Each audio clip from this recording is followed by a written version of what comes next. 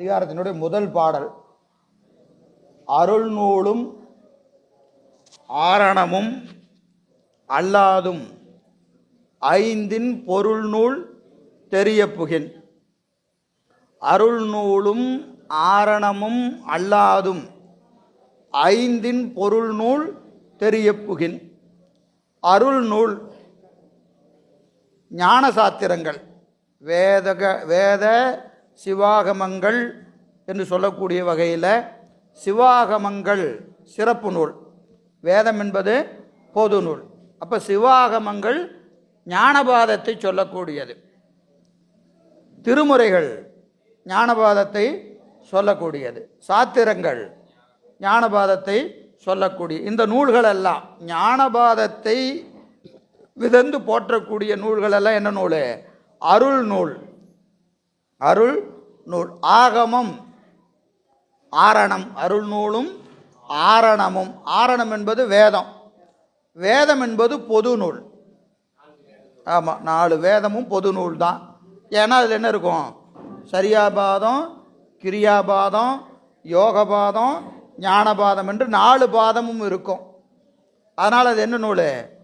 பொது நூல்.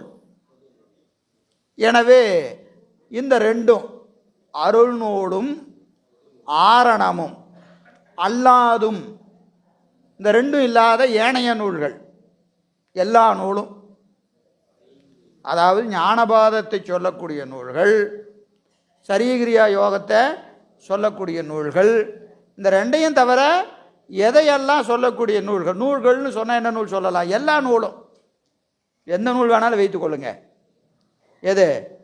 இந்த வார இதழ், மாத இதழ், அப்புறம் நம்ம பள்ளியில் படிக்கக்கூடிய அறிவியல், புவியியல், கணிதவியல் என்று எதை வேணாலும் வைத்து எல்லா நூல்களும், எல்லா நூல்களும். அப்போ ஞானபாதத்தை சொல்லக்கூடிய நூல்கள், பொது நூல்கள், இந்த ரெண்டும் இல்லாத மற்ற எல்லா நூல்களும் அருள் நூலும் ஆரணமும் அல்லாதும். அல்லாதும் என்னது? இவை இரண்டும் அல்லாதது. மேலே சொன்ன ரெண்டும் அல்லாதது ஆகிய இந்த மூன்றையும் தெரிய புகின். தெரிய புகின் ஆராய்ந்து பார்த்தான். இது என்ன சொல்லுது, இது என்ன சொல்லுது, இது என்ன சொல்லுதுன்னு ஆராய்ஞ்சு பார்த்தா இவை எல்லாமே எது? இந்த 3 இருக்காலே, 3 கேட்டகரி சொன்னோம். ஞானபாதத்தை சொல்லக்கூடிய நூல்கள், சரிகிரிய யோக ஞானத்தை சொல்லக்கூடிய பொது நூல், சிறப்பு நூல், பொது நூல், மற்றைய நூல். சிறப்பு நூல், பொது நூல், மற்றைய நூல் ஆகிய இதை எல்லாத்தையும் ஆராய்ஞ்சு பார்த்தா இது எல்லாமே 5ஐ விரித்து சொல்லக்கூடியது. 5இன் பொருள் நூல். 5இன் பொருள் நூல். இதை எதை ஆராய்ஞ்சிங்கனாலும் இந்த 5ஐ தவிர வேற எதையுமே விரிக்க முடியாது. எது? ந ம சி வ ய. இந்த 5ஐ தவிர எதையுமே விரிக்க முடியாது. காரணம், உலகத்தில் இருக்கிற எல்லாமே இந்த 5க்குள்ளே அடங்கிடும். எது? ஒன்று சிவத்தை பேசலாம், இல்லைனா அருளை பேசலாம், இல்லைனா உயிரை பேசலாம், இல்லைனா மாயையை பேசலாம், இல்லைனா ஆணவ மலத்தை பேசலாம். இதை தாண்டி ஏதாவது பேச முடியுமா? உதாரணத்துக்கு நீங்கள் ஒரு நூல் வைத்துக் கொள்ளுங்க. இப்போ குமுதம் அப்படின்னு ஒரு வார இதழ் வருது. இது எதை பேசுது? மாயையை பேசுகிறது. மாயையை பேசுது, அவ்வளோதான். அது சும்மா ஒரு கதை, ஏதோ நடந்தது. எதை பேசுது? மாயையை பேசுகிறது. நீங்கள் புவியியல் எதை பேசுது? மாயை தான் பேசுது. கணிதவியல் மாயை தான் பேசுது. சரி, டாக்டருக்கு படிக்கிறார், அவர் எதை படிப்பார்? உடம்பை பற்றி படிப்பார். உயிரை பற்றி படிக்கலாம், பெருசாக படிக்க மாட்டார். உடம்பை பற்றி தான் படிப்பாங்க. ஒரு கூறு என்ன படிக்கலாம்? உயிரை பற்றி படிக்கலாம், இல்லையா? அப்போ அவர் எதை படிக்கிறார்? உடம்பை படித்தா மாயை படிக்கிறாரு, உயிரை படிக்கிற போது யாவை படிக்கிறார். அதை தாண்டி நீங்கள் வந்தீங்கன்னா தத்துவ ஞானத்துக்குள்ளே வருகிற போது சில நூல்கள் யகரத்தை பேசும், சில நூல்கள் வகரத்தை பேசும், சில நூல்கள் சிகரத்தை பேசும். ஆனால் இதை தாண்டி எதுவுமே பேச முடியாது. காரணம் எல்லாமே இதுக்குள்ளே அடங்கிடும். இந்த உலகத்தில் இருக்கிற எல்லா பொருள்களும் இந்த 5க்குள்ளே அடங்கிடும்.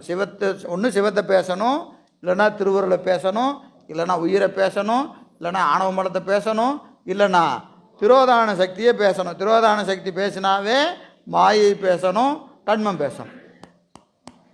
திரோதான சக்தின்னு சொல்லிட்டாவே என்ன வந்துடும்? மாயையும் கண்மமும் வந்துடும். ஆணவம், கண்மம், மாயை, இந்த 3ல் ஏதாவது ஒன்று பேசணும். இல்லைனா உயிரை பற்றி பேசணும், இல்லைனா திருவுருளை பற்றி பேசணும், இல்லைனா சிவத்தை பேச வேண்டும். இதை தாண்டி ஒரு பொருளை எந்த நூலும் பேசாது. ஆமாம், திருவருள் வேறு சிவம் வேறுனா எப்படி சொல்லலாம்? பொருளால் ஒன்று, செயலால் வேறு. பொருள் ஒன்று தான், செயல் வேறு. சரி, எனவே 5ன் பொருள் நூல் தெரிய புகின். இது நீங்கள் எதை ஆராய்ஞ்சு பார்த்தாலும் அது எதை பேசும்? இந்த 5 தான் பேசும். இது நமக்கு உண்மை விளக்கத்தில் படித்தது தான் இல்லைங்களா? என்ன பாட்டு? அஞ்செழுத்தே ஆகமமும், அஞ்செழுத்தே ஆகமமும், அஞ்செழுத்தே அண்ணல் அருமறையும், அஞ்செழுத்தே ஆதி புராணமும் அனைத்துமாம், அஞ்செழுத்தே ஆனந்த தாண்டவமும், ஆறாருக்கு அப்பாலாம் மோனானந்த மாமுத்தியுமா. 5 எழுத்து தான் ஆகமம், 5 எழுத்து தான் ஆரணம், 5 எழுத்து தான் ஆனந்த தாண்டவம், 5 எழுத்து தான் இது முத்தி. எல்லாமே என்னது? 5 எழுத்து தான் என்று சொல்லுகிறாரா இல்லையா? சிவபிரகாசத்தில் 13வது பாட்டு, பலகலை ஆகம வேதம் யாவையெனும் கருத்து பதி பசு பாசம் தெரித்தல். பலகலை ஆகமம் யாவையெனும் கருத்து. நீங்கள் வேதம் சொன்னாலும் சரி, ஆகமத்தை சொன்னாலும் சரி, கலை நூல்கள், பல கலைன்னு ஆயக்கலைகள் 64 சொல்கிறோமா இல்லையா? இப்படி எந்த கலை நூல் படித்தாலும் சரி, இது எல்லாம் என்ன படிச்சிங்கனாலும் யாவையின் கருத்து பதி பசு பாசம் தெரித்தல். ஒன்று பதியை பேசும், இல்லைன்னா பசுவை பேசும், இல்லைன்னா பாசத்தை பேசும். இதை தாண்டி எதையுமே எந்த நூலும் பேசாது. எனவே அப்புறம் என்ன சார், எந்த நூல் படித்தா என்ன, எதை படித்தா என்ன? நீங்கள் தான் எதை படித்தாலும் 5 எழுத்து படிக்கிறது தானே. அப்போ பேசாமல் குமுதத்தையே படிச்சிட வேண்டியது தான், கல்கண்டு படிக்க வேண்டியது. அப்படியா? அப்படியா? அதில் உயர்ந்த பொருளை படிக்கணுமா இல்லையா? அதில் உலகத்தை படிக்கலாம், தப்பில்லை, புரிந்து கொள்வதற்காக படிக்கலாம். ஆனால் அதிலிருந்து எதுக்கு படிக்கிறது? விடுபட வேண்டும் என்று படிக்கணும். ஒன்று தெரிஞ்சுக்கிட்டால் தான் விடுபட முடியும் இல்லையா? அப்போ உலகத்தை படிக்கிறது எதுக்கு? விடுபடுவதற்கு. நாம் அதில் அழுந்துறதுக்கு இல்லை. சரி, எனவே இந்த 5ஐ பேசக்கூடிய நூல்கள் தான் எல்லா நூலும். சரி, அப்போ 5 எழுத்து என்ன அப்படிங்கிறத அடுத்த பாட்டில் சொல்கிறாரு. இறை, சக்தி, பாசம், எழில் மாயை, ஆவி உற நிற்கும் ஓங்காரத்து உள். ஓங்காரத்து உள், ஓங்காரம் சமஷ்டி பஞ்சாக்கரம். அதை விரிச்சா நமசிவாய, நமசிவாய. இன்னைக்கு நமசிவாய வைப்போம், அப்புறம் சிவாய நம்ம படிப்படியாக அதிகாரத்திலே வராரு. எனவே நமசிவாய. சமஷ்டி பஞ்சாக்கரத்தை விரிச்சிங்கன்னா வேஷ்டி பஞ்சாக்கரம். இந்த வேஷ்டி பஞ்சாக்கரத்தில் என்னென்ன இருக்குது? இறை இருக்கிறது, சக்தி இருக்கிறது, பாசம் இருக்கிறது, எழில் மாயை இருக்கிறது, ஆவி இருக்கிறது. ஆவின்னா என்னது? உயிர். சிவம் இருக்கிறது, சக்தி இருக்கிறது, பாசம் எது? ஆணவ மலம். பாசம்னா ஆணவ மலம். மாயை திரோதான சக்தி. மாயை சொன்னால் மாயை கண்மம். எங்கெல்லாம் மாயை வருகிறதோ அங்கெல்லாம் கூடவே என்ன இருக்கும்? கண்மம் இருக்கும். கண்மம் சொன்னால் மாயை வந்துடணும், மாயை சொன்னால் கண்மம் வந்துடணும். ஏன்னா என்னது? 2 இரட்டை, பிரிக்க முடியாத தோழர்கள். யார் 2 பேரும்? மாயையும் கண்மமும். நீங்கள் அதில் ஒன்னோட தொடர்பு விட்டுச்சுன்னா இன்னொன்று விட்டுரும்.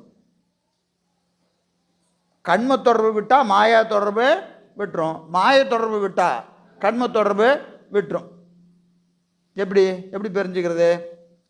உலகத்தில் சும்மா நம்ம அதில் தான் நிற்கிறோம். மாயை தொடர்பு விடணும், விட்டுட்டா என்ன விட்டுருச்சுன்னு அர்த்தம்? கண்ம தொடர்பு விட்டுதுன்னு அர்த்தம். மாயை விடுறோம்னு வச்சுக்கோங்க, அழகாக வள்ளுவர் சொல்கிறார். என்னது? யாதனின் யாதனின் நீங்கினான், நோதல் நோதல் அதனில் இல். இதை விட கண்மமாயை விளக்கவே முடியாது. எதையெல்லாம் நீ விட்டு நீங்குகிறாயோ, எதெல்லாம் உன்னை விட்டு நீங்குகிறதோ அதனால் வருகிற இன்ப துன்பத்திலிருந்து நீ நீங்குகிறாய் என்பது பொருள். ரொம்ப அடிப்படையாக சைவ சித்தாந்தத்தில் நீங்கள் பக்குவம் வரணும்னு சொன்னால் இந்த ஒரு குறளை ஒரு நாளைக்கு 5 எழுத சொல்கிற மாதிரி 108 தடவை சொல்ல வேண்டியது தான். இந்த குறளை என்ன செய்யணும்? நல்லா மனசுக்குள்ளே வச்சுக்கணும். யாதனின் யாதனின் நீங்கினான், நோதல் நோதல் அதனின் இல். ரைட்டு, குறள் எனக்கு தப்பாக சொல்லிட்டேன், அம்மா சொல்கிறாங்க. கருத்து இதுதான். எதெல்லாம் நம்மை விட்டு நீங்குகிறதோ, எதெல்லாம் நம்மை விட்டு நீங்குகிறதோ அதனால் பின்னால் வருகிற துன்பத்திலிருந்து நாம் நீங்குகிறோம்னு பொருள். பொருள் நீங்கினால் இன்ப துன்பம் நீங்கும். உங்களை விட்டு ஒரு பொருள் போகுது, ஒரு பொருள் நம்மளை விட்டு போகுது, நாம் என்ன செய்வோம்? ஐயோ என்னை விட்டு போயிடுச்சே, ஐயோ என்னை விட்டு போயிடுச்சே, நான் அப்படி வச்சுருந்தேனே இப்படி வச்சுருந்தேன்னு. உன்னை விட்டு போனால் ஒரு துன்பம் போச்சுன்னு நினை. உன்னை விட்டு ஒரு பொருள் போச்சுன்னா என்ன அர்த்தம்? உன்னை விட்டு ஒரு துன்பம் போகிறது. காரணம், அந்த பொருளால் பின்னாடி உனக்கு என்னென்ன துன்பம் வர வேண்டி இருக்கிறதோ அந்த துன்பம் இப்பொழுது உன்னை விட்டு நீங்குகிறது என்பது பொருள். நம்ம ஒருத்தரோட பழகிட்டு இருப்போம், பழகினதுக்கப்புறம் என்ன செய்வோம்? திடீர்னு அவரோட பேச மாட்டோம், ஏதோ ஒரு பிரச்சனை வந்துடும். உடனே நமக்கு என்ன ஆகிடும்? அப்படி பழகிட்டு இருந்தோம் இப்படி பெருமாள் நம்மள்ட்ட இருந்து அவர்கிட்ட நம்மளை நீக்கிறாருன்னா பின்னாடி ஏதோ ஒன்று வர இருக்குது. அது என்னன்னு நமக்கு தெரியாது, வர்ற வரைக்கும் நமக்கு தெரியாது. அந்த துன்பத்திலிருந்து நம்மளை என்ன செய்கிறாரு? இன்றே நீக்குகிறார். நாளை வருகிற துன்பத்திற்கு பெருமாள் என்ன செய்கிறாரு? இன்னைக்கே நம்மளை விட்டு அந்த பொருளிலிருந்து நீக்குகிறார். பொருள் நீங்கினால் துன்பம் நீங்கும். பொருள் என்பது மாயை, இன்ப துன்பம் என்பது கண்மம். ஒன்னொன்னா நம்மளை விட்டு நம்ம நீங்கணும். நம்மளா நீங்கிற மாதிரி தெரியல, சாமி என்ன செய்கிறாரு? அவராக நீக்குவார். அப்போ என்ன செய்யணும்? ரொம்ப சந்தோஷம் சாமி, என் வேலை மிச்சம், நானா விடுனா கூட விட்டுருக்க மாட்டேன், சரி நீங்களே எடுத்துட்டீங்க பரவாயில்ல அப்படின்னாலும் சொல்லணும். நம்ம விரும்பி விடலைனாலும் பெருமான் நீக்குகிற போது என்ன செய்யணும்? திருச்சிற்றம்பலம். ஊட்டும் வினை இருந்தால் உண்ணானை உன்பதத்தை ஊட்டி பிடித்து புசிப்பிக்கும். கேட்டு திரியாதே வந்து தில்லை தெய்வமே என்று இரு. என்னது? உனக்கு ஊட்டணும்னு ஒரு வினை இருந்தால், உனக்கு இந்த போகத்தை கொடுக்கணும்னு முடிவு பண்ணிட்டா, நீ வீட்டுக்குள்ளே போய் கதவை சாத்திட்டு தாள் போட்டுட்டு உக்காந்துருந்தினாலும் கதவை உடைச்சிட்டு வந்து இந்த புடி இதை அனுபவி அப்படின்னு கொடுத்துருவார். நீ வேணும்னா கேட்க வேண்டியதில்லை, உனக்கு அதை கொடுக்கணும்னு பெருமான் முடிவு பண்ணிட்டா நீ வேண்டான்னு சொன்னாலும் விட மாட்டார். அப்படின்னு என்ன அர்த்தம்? அப்படியே ரிவர்ஸில் போட்டுங்க. என்னது? நீங்கள் வேணும்னு என்ன துரத்துனாலும் உங்களுக்கு அந்த வினை இல்லைன்னா கொடுக்க மாட்டார். வேணும்னு வீதி வீதியாக சுற்றினாலும் கொடுக்க மாட்டார், வேண்டான்னு வீட்டுக்குள்ளே உட்கார்ந்தாலும் விட மாட்டார். ஊட்டும் வினை இருந்தால் உன் ஆணை உன் பதத்தை ஊட்டி பிடித்து புசிப்பிக்கும். இது அனுபவமாக பல முறை பெற்றதுக்கப்புறம் ஒரு அறிவு வரும். என்ன செய்யணும்? கேட்டு தெரியாது, கேட்டு தெரியாது. பெருமாண்டு போய் இதை குடிச்சாமி அதை ஒன்றும் கேட்காத, அவன் கொடுக்கணுன்னா ஏன் போய் புலம்பிட்டு கிடக்கிற இல்லையா? அவரே கொடுப்பாரு, நீ என்ன செய்யக்கூடாது? இதை கூட அதை கொடுன்னா கேட்காத. கேட்டு தெரியாதே தில்லை தெய்வமே என் செயலாவது யாதொன்றுமில்லை நின் செயலே என்று நினதருளாலே உணரப்பெறின் என் செயலே காண்களே, என் செயலே காண்களே. ஆனால் நமக்கு எதையுமே விடுவதற்கு மனம் வருவதில்லை.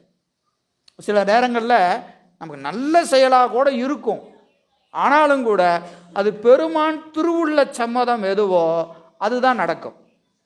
நம்மை ஒரு இடத்துல இருந்து சாமி நவுத்துறாருன்னு வச்சுக்கங்க. ஒரு இடத்துல இருந்து நம்மளை நவுத்துறாருன்னா அது எதற்கு என்று நமக்கு புரியாது. நமக்கு அப்போ வருத்தமாக இருக்கும். நமக்கு அது என்னவா இருக்கும்? வருத்தமாக இருக்கும். என்னடா நான் சாமி நான் இப்படி செஞ்சிட்டு இருந்தேனே, என்னை இப்படி செய்ய இப்படி ஆகிப்போச்சே. தொண்டுனே வைத்துக்கொள்ளுங்க. ஒரு உழவாரம் செய்கிறோம், ஒரு கோயிலில் தொடர்ந்து ஒரு உழவாரம் செய்து கொண்டு இருக்கிறோம். பெருமான் என்ன செய்கிறாரு? ஏதோ ஒரு சூழ்நிலையால் நம்மளை என்ன செய்ய முடியறதில்ல, அந்த உழவார பணி தடைபட்டு போகிறது. அப்போ நமக்கு என்ன வருத்தம் வரும்? ஏன்னா நம்ம மேலே விருப்பம் இருந்து அது நடக்கலை இது நடக்கலைன்னா பரவாயில்ல, தொண்டு தடைபடுகிற போது நமக்கு என்ன வரும்? வருத்தம் வரும். அப்போது நமக்கு அந்த இடத்துல ஒரு கேள்வி, 2 கேள்வி இருக்கிறது. ஒன்று, 63 என்ன செஞ்சாங்க?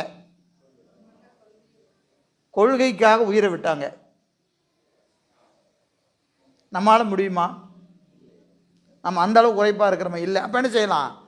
திருவருள் சாமி உங்கள் திருவழியில் விட்டுட்டேன், நீங்கள் எனக்கு செஞ்சு கொடுங்க அப்படின்னு பெருமான்கிட்ட விண்ணப்பத்தை செஞ்சுட்டு அந்த நேரத்தில் நம்ம என்ன செய்யணும்? எங்கே வாய்ப்பு இருக்கிறதோ அங்கே அந்த பணியை செய்யணும். நம்ம பணியை நிறுத்திடக்கூடாது. ஏன்னா அந்த நேரத்தில் என்ன செய்யணும்? இப்போ இங்கே இல்லைன்னா, வாய்ப்பு இல்லைன்னா, இதே நேரத்தில் இன்னொரு இடம் எங்கேயோ நமக்கு பெருமான் இங்கேருந்து அங்கே நம்ம என்ன செய்கிறாரு? நவுத்துறாருன்னு அர்த்தம். இங்கேருந்து அங்கே மாத்துறாருன்னு அர்த்தம். இது மாற்றுறதுக்கு என்ன காரணம்னு நமக்கு தெரியாது. இங்கே நம்ம தனியாக செஞ்சுக்கிட்டு இருப்போம். அங்கே போய் செய்யும்போது நம்மளை பார்த்து 4 பேர் செய்வாங்க. அந்த 4 பேர் ஒரு திருக்கூட்டமாக கூட மாறும். தெரியாது. புரியுதுங்களா? இங்கே ஒரு நபர் செய்த தொண்டு இப்போ சாமி என்ன செய்கிறாரு? ஒரு சூழ்நிலையை ஏற்படுத்தி இவர் இங்கிருந்து இன்னொரு இடத்துக்கு நவுத்துவார். அங்கே போனால் அது 10 ஆகும் 100 ஆகும். அப்போ அவர் என்ன செய்ய வேண்டி இருக்கிறது? இங்கிருந்து அவரை நகர்த்தணும். அப்போ நகர்த்துகிற போது சில வருத்தங்கள், இடர்பாடுகள் இதெல்லாம் வரும். ஆனால் நாம் என்ன செய்யக்கூடாது? துவண்டு போகக்கூடாது. தொண்டை விடாமல் செய்யணும். தொண்டை எந்த இடத்துலையும் விட்டுறக்கூடாது. தொண்டை விடாது செய்யணும். ஆனால் இங்கே முடியாதுன்னு பெருமான் முடிவு பண்ணி நாம யார் அதுக்கு? இப்போ அந்த நேரத்தை என்ன செய்யணும்? திருவருளை நோக்கிய பயணத்தில் நம்மளை அப்படியே தொடர்ந்து செய்யணுமே ஒழிய, அது இறைவன் முடிவு செய்த பிறகு நாம் என்ன செய்ய முடியாது? ஒன்றும் செய்யறதுக்கு ஒன்றுமே இல்லை. அப்போ இறைவன் நம்ம அடிக்கடி சொன்னதான், the boss is always correct. The boss is always correct. பெருமான் ஒருபோதும் உயிர்களுக்கு துன்பத்தை செய்ய மாட்டான். எங்கே ஐயா? அதுதான் நீங்கள் தொண்டையே விடக்கூடாதுன்னு தானே சொல்கிறேன் நான். தொண்டையே நம்ம அதுக்காக சரி விட்டாச்சின்னு போய் அது வீட்டில் உட்காந்து தூங்கிட்டு இருக்கிறது இல்லை. நம்ம இப்போ நாவுக்கரசு பெருமான் போனார், என்னாச்சு? அப்படியே மணலில் மூடி கிடந்தது. அப்போ அவர் இன்னும் யார்ட்டும் சண்டைக்கு போகல, சாப்பிட்டு பார்த்தா தான் சாப்பிடுவேன்னு உட்காந்துக்கிட்டார். பெருமானை பார்க்காம சாப்பிட மாட்டேன்னு உட்காந்துக்கிட்டார் இல்லையா? அது உரைப்பு. இப்போ நாம் என்ன செய்யலாம்? நமக்கு அந்தளவுக்கு இருந்தால் தாராளமாக செய்யலாம். இல்லைன்னா என்ன செய்யணும்? தொண்டை விடாது செய்யணும். அது தொண்டை இங்கே இல்லைன்னா அங்கே. புரியுதுங்களா? அப்போ நம்ம அதை வருந்தி மனசை போட்டு இவர் நாள் ஆச்சு, அவர் நாள் ஆச்சு, இவர் நாள் அப்படியாச்சு, இவர் நாள் அப்படியாச்சுன்னு சொல்வதனால ஒரு பயனும் இல்லை. அது திருவருளை நோக்கி தான் அதை என்ன செய்யணும்? நம்ம அந்த பயணத்தை தொடரணும். சரி, எனவே இந்த உலகத்தில் இருக்கக்கூடிய எல்லா பொருள்களும் எதுக்குள்ளே அடங்கும்? ஓங்காரத்துக்குள்ளே அடங்கும். நமசிவாய் என்பதும் ஓங்காரம் என்றாலும் ஒன்று தான். இறை சக்தி பாசம் எழில் மாயை ஆவிபுற நிற்கும் ஓங்காரத்து உள். எனவே கண்மமலம் மாயாமலம் பிரிப்பின்றி நிற்பதினால அது திரோதான சக்தியை குறித்து நிற்கும். நான் என்பது திரோதான சக்தி.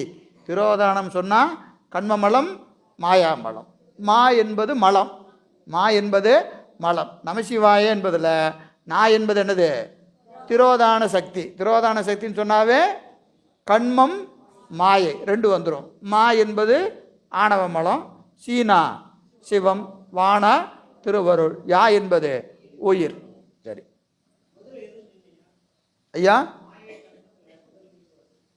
2 ஒன்றா தான் நீங்கும். 2 ஒன்றா தான் நீங்கும். அதாவது தூளறிந்தது நியாயம் மாதிரி தான். மாயை மேலே உங்களுக்கு பற்று நீங்குச்சுன்னு வச்சுக்கோங்க. இப்போ மாயை மேலே பற்று நீங்குச்சுன்னா கண்மம் குறைஞ்சிருக்குதுன்னு அர்த்தம். இப்படி வச்சுக்கலாம். கண்மம் குறைஞ்சா மாயை மேலே பற்று நீங்கும். 2ம் சைமல்டேனியஸாக நடக்கும். இருவினை ஒப்பு மலபரிபாகம் சத்தினி பாதம். இருவினை ஒப்பு என்னது?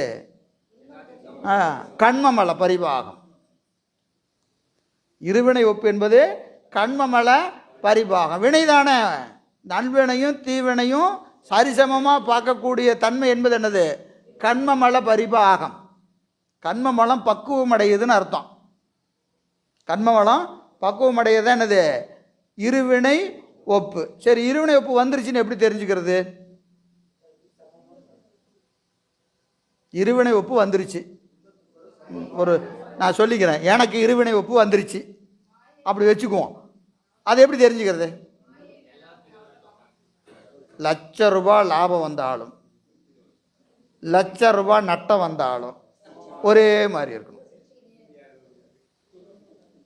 லாபம் வந்தாலும் எது ஒரே மாதிரி, ₹1,00,000 வரவே அதுக்கு என்ன ரியாக்ட் பண்ணுவோமோ அதே ரியாக்ஷன் தான் ₹1,00,000 நட்டமானாலும் ரியாக்ட் பண்ணும். எப்படி இருக்கணும்? சிரிச்சுக்கிட்டே இருக்கணும்.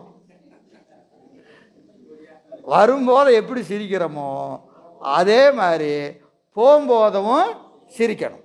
சிரிச்சுட்டு என்ன அர்த்தம்? இருவினை ஒப்பு வந்துருச்சுன்னு அர்த்தம். இப்போ இருவினை ஒப்பு வந்ததுக்கு அடையாளம் எது? மாயை. மாயையுடைய பற்று நீங்குதா இல்லையா? வந்தாலும் எது வரும்? மாயை தான் வரும். எது போகும்? மாயை தான் போகும். அப்போ மாயை மேலே உங்களுக்கு எவ்வளவு பற்று இருக்கிறது, மாயை நீங்கள் எவ்வளவு விட்டுருக்கிறீங்கன்னு வச்சு தான் எதை அறியலாம்? கண்மமலத்தை அறியலாம். புரியுதுங்களா? ரெண்டு என்னது? வைஸ் வர்சான்னு சொல்லுவாங்களே ஆங்கிலத்தில், ஒன்றோடு ஒன்று தொடர்புடையது. மாயாமலம் கூட கூட கண்மமலம் கூடிக்கிட்டே போகும். மாயாமலம் குறைய குறைய கண்மமலம் குறையும். அப்படி சொல்லலாமாண்ணா? அப்படியும் சொல்லலாம். இல்லைண்ணா, கண்மமலம் குறைய குறைய மாயாமலம் குறையும். எப்படி வேணாலும் நீங்கள் வச்சுக்கலாம். ஏன்னா ரெண்டும் ஒன்றோட ஒன்று தொடர்புடையது. ரெண்டும் ஒன்றா தான் குறையும், ஒன்றா தான் ஏறும். எனக்கு வினை தொடர்பு அதிகமாக இருந்தால் உலகத்தின் மீது பற்று அதிகமாக இருக்கும். வினையும் அதிகமாக இருந்தால் உலகத்தின் மீது பற்று அதிகமாக இருக்கும். அப்போ வினையை நான் அறிவதற்கு கருவியாக இருப்பது என்னது? உலகம். உலகம்தான் வெளியே இருக்கிற மீட்ரு,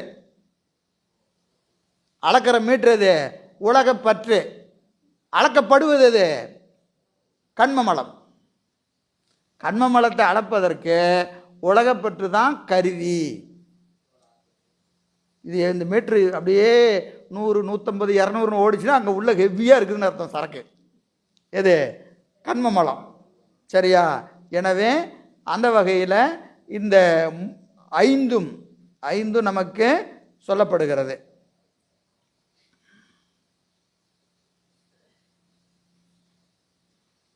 எண்பத்தி ஊன நடனம் ஒரு பாலா ஞான நடனம் தான் நடுவே நாடு. ஊன நடனம் ஒரு பாலா ஞான நடனம் தான் நடுவே நாடு.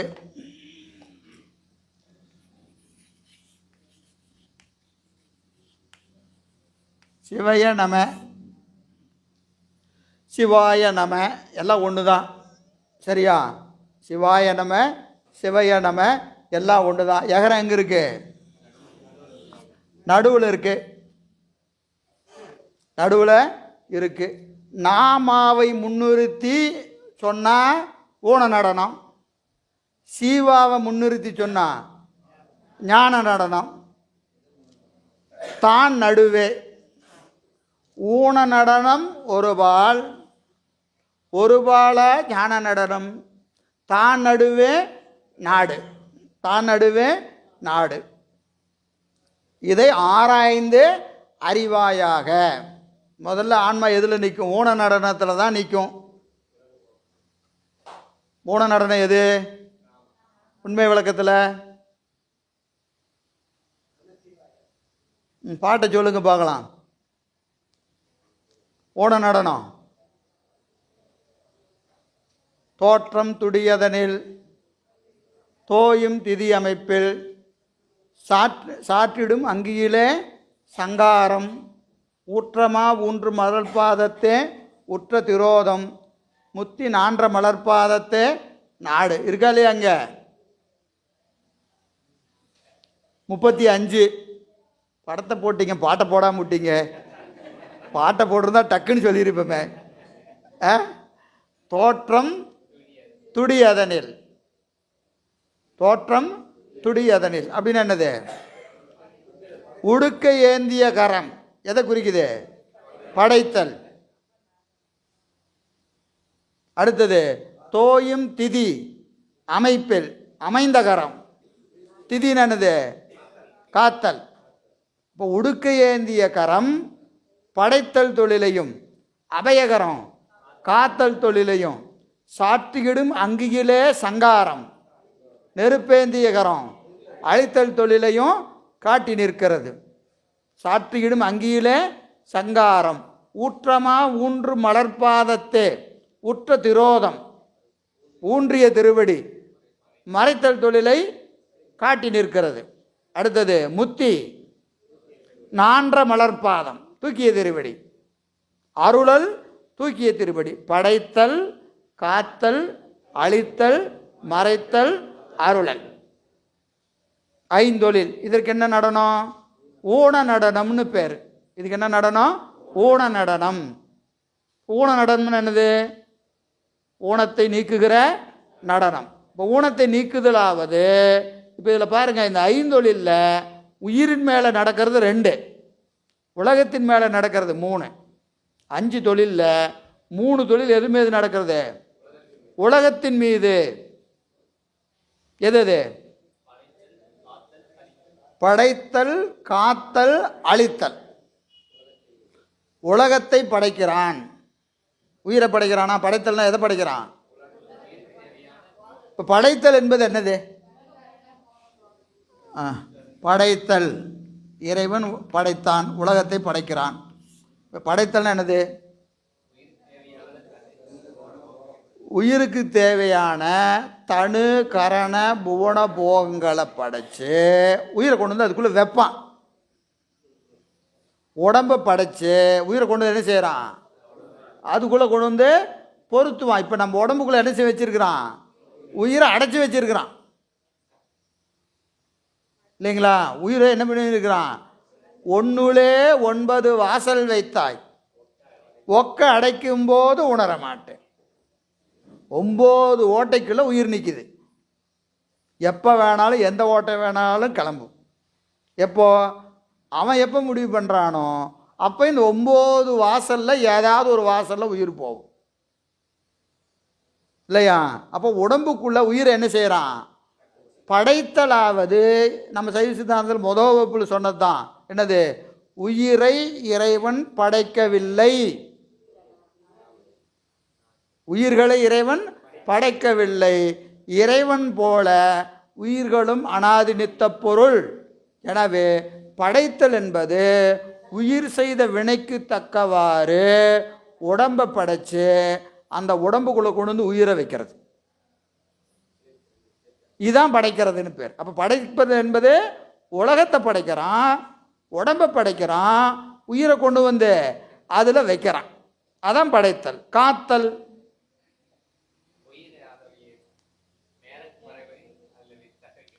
செஞ்ச வினையை நுகர வைக்கிறதுக்கு காத்தல்னு பேர். வினையை நுகர வைப்பது. நாம் செஞ்ச வினையை நமக்கு சரியாக ஊட்டுறான் பார்த்தீங்களா? அதுக்கு பேர் தான் காப்பாற்றுறதுன்னு பேர். புரியுதுங்களா? நாம் போய் பெருமாட்ட என்ன செய்கிறோம்? சாமி என்னை காப்பாற்று. அதை தாயா நான் நல்லா பண்ணிகிட்ருக்கிறேன், நல்லா அதை தான் பண்ணிகிட்ருக்கேன், நீ என்கிட்ட சொல்லவே வேண்டியதில்லை, நீ என்ன செஞ்சையோ அதை தான் உனக்கு கொடுப்பேன். காத்தல் போகம் துய்ப்பித்தல். காத்தல் போகம் துய்ப்பித்தல். போகம் என்னது? இன்ப துன்பம். இன்பமாகட்டும் துன்பமாகட்டும் அதை சரியாக கொண்டு வந்து ஊட்டுறதுக்கு பேர் தான் என்னது? காத்தல். இனிமேல் போய் கேட்பீங்க, காப்பாத்து. நீ கேட்டாலும் கேட்கலனாலும் அவர் செஞ்சிருவார். புரியுதா? காத்தல் என்பது நாம் செஞ்ச வினையை நமக்கே சரியாக ஊட்டுவான். அப்போ நம்ம என்ன செஞ்சுருக்கணும்? நல்லா செஞ்சு வச்சுருந்தா இன்பத்தை ஊட்டுவான். காப்பாற்றுனா என்னது, அது அங்கே பைப் லைனில் வரிசையாக இருக்குது என்னது, இன்பம் துன்பமெல்லாம் நம்ம அதில் நிறைய நிறைச்சி வச்சுருக்கணும். எதை புண்ணியத்தை நிறைச்சி வச்சுருந்தா அப்படி இன்பமாக கொட்டும் இல்லையா? எனவே காத்தல் போகம் துய்ப்பித்தல், திரோதாயி தகநிறுத்தல். இந்த பாட்டு எங்கம்மா இருக்கு? சிவபிரகாசம், சிவபிரகாசத்தில் இருக்கு. நான் சொல்கிற பாட்டு திரோதாயி தகநிறுத்தல். திரோதாயின்னு என்னது? மறைத்தல். மறைத்தலாவது தகநிறுத்தல், தக்கவாறு நிறுத்தல். எதில் தக்கவாறு நிறுத்துறது? காத்தலுக்கு தக்கவாறு நிறுத்துவார். காத்தலுக்கு தக்கவாறு நிறுத்துவார். போகத்தை ஊட்டுறாரா இல்லையா? இன்பத்தை ஊட்டணும், துன்பத்தை ஊட்டணும். இதை ஊட்டணும்னா எது வேணும்? மறைத்தல் தொழில் வேணும். மறைத்தல் தொழில் இருந்தால் தான் என்ன வரும்? இன்ப துன்ப நுகர்ச்சி வரும். இப்போ நமக்கு முன்னாடி ஒருத்தர் வருவார், நல்லவர் மாதிரியே தெரிவார், நல்லவர் மாதிரியே தெரிவார். நாம் என்ன நினச்சிக்குவோம்? ஆஹா இவர்தாயா, நீ தான் எனக்கு நண்பன், உன்னை போல் யாருமே இல்லை அப்படின்னு என்ன செய்வோம்? பழகி அவருக்கு ஏதோ நம்மகிட்ட இருக்கிறதெல்லாம் கொடுத்து ஒரு கால எல்லையில் என்ன செஞ்சிருவான்? அவன் கம்பி நீட்டிடுவான், கொடுத்தெல்லாம் வாங்கிட்டு அவன் கிளம்பி போயிடுவான். இப்போது அவன் முன்னாடி வரும்போது அவன் நமக்கு எப்படி தெரிஞ்சான்? நல்லவ மாதிரியே தெரிஞ்சான். இதுக்கு பேர் என்னது? மறைத்தல். ஏன் அவன் அப்போவே தெரிஞ்சிருக்கூடாதா? அவன் கம்பியை நீட்டுன்னு உனக்கு நட்டமாகணும்னு செஞ்சு வச்சிருக்கிறோம். நமக்கு நட்டமாகணுங்கிறதுக்காகவே ஏற்கனவே ஒன்று செஞ்சு வச்சிருக்கிறான். அதனால் அவன் எப்படி தெரிஞ்சான்? நல்லவ மாதிரியே தெரிஞ்சான். அவன் பேசுறதை பார்த்து நம்ம பக்கத்தில் ஒரு ஆள் இருந்தார், எனக்கு என்னமோ இது மேலே டவுட்டாகவே இருக்குது, பார்க்கலாம் நீ வேணால் கொடு, நான்லாம் தரமாட்டேன் அப்படிம்பாரு. இப்போ அவர்கிட்ட எப்படி நிற்கிறாரு? அவருக்கு போகக்கூடாதுன்னு இருக்குது, இவனுக்கு போகணும்னு இருக்குது. ஒரே ஆள் பேசுகிறான், இவன் கொண்டே கொடுத்துட்றான், அவன் கொடுக்க மாட்டேங்கிறான். அப்போ என்னது? அந்த வினையை ஊட்டுமாறு எது செய்கிறது? மறைத்தல் தொழில் நடக்கிறது. இன்பம் வந்தாலும் அப்படி தான், துன்பத்தை தான், ஏன்னா துன்பம் தான் நமக்கு நல்லா புரியும், அதுக்காக சொல்கிறேன். இன்பமும் அப்படி தான், இன்பமும் அப்படி தான். இப்போ இப்படி வச்சுக்கோ, ஒரு நல்ல ஆள், இவருக்கு என்ன தெரிவார்? நல்ல ஆளாக தெரிய மாட்டார். இவருக்கு எப்படி தெரிவார்? நல்ல ஆளாக தெரிவார். இவர் அவரோட சேர்ந்து பலதை செஞ்சு இவர் முன்னேறிடுவார், இவருக்கு மறைச்சிடுவார். எப்படி தெரிவார்? எனக்கு இவன் மேலே டவுட்டாகவே இருக்குதுமா. யார் மேலே? நலவு மேலே. போச்சா வரவு? அதுவும் திரோதானம் தான். இப்போ நமக்கு என்ன வினை இருக்கிறதோ அந்த வினைக்கு தக்கவாறு அறிவு தொழில் படும். அதுக்கு தான் மறைத்தல் தொழில் பேர். திரோதாயி தகநிறுத்தல், திரோதாயி தகநிறுத்தல். எனவே அருளல் தான். எனவே இந்த ஐந்தொழில் எது? படைத்தல், காத்தல், மறைத்தல், அழித்தல், மறைத்தல், அருள். இதில் 3 தொழில் உலகத்தின் மேலே நடக்கும். உலகத்தை படைப்பார், உடம்பை படைப்பார், வினைக்கு தக்கவாறு உடம்பையும் உலகத்தையும் நிறுத்துவார், காலம் வந்தவுடனே அழிப்பார். அப்போ அருளலும் மறைத்தலும் உயிர்கள் மேல் நடப்பது. அருளலும் மறைத்தலும் உயிர்கள் மேல் நடக்கிறது. இதற்கு என்ன காரணம்னா உலக போகத்தை நுகர்ந்து இதற்கு உலகத்தின் மேல் என்ன வரணும்? ஓர்ப்பு வரணும். அது வரைக்கும் இந்த நடனம் என்னவா இருக்கும்? ஊன நடனம். அப்போது இந்த ஆன்மாவுக்கு பக்குவம் வந்த வர என்னாகும்? அது பெருமான் மேலே அதுக்கு பற்று வரும். அப்படி பற்று வருவதனால அது என்ன செய்யும்? அடுத்த நிலைக்கு போவோம். நமசிவாயன்னு சொன்னது எங்கே போவோம்? சிவாய நமன் போவோம். இப்போ இது வரைக்குமே மந்திரம் நமசிவாயம் தான், நமசிவாய தான். இப்போ இதுக்கு சிவாய நம. மந்திரம் மாறுது. ஏன்? நாமா பின்னாடி போயிடுச்சு, சிவா முன்னாடி வந்துடுச்சு. இப்போ ஆன்மாவின் பக்குவம் என்னாச்சு? மாறிடுச்சு.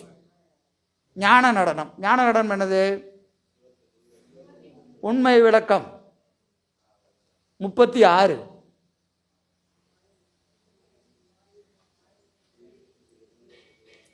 பார்த்து படிக்கூடாது, பாட்டை சொல்லணும். மாயைதனை உதறி வல்வினையை சுட்டு மலம் சாய அமுக்கி அருள்தான் எடுத்து நேயத்தால் ஆனந்த வாரதியில் ஆன்மாவை தானெழுத்தல் எந்தையார் பரதம்தான் மாயைதனை உதறி மாயைதனை உதறி மாயைதனை உதறி வல்வினையை சுட்டு மலம் சாய அமுக்கி.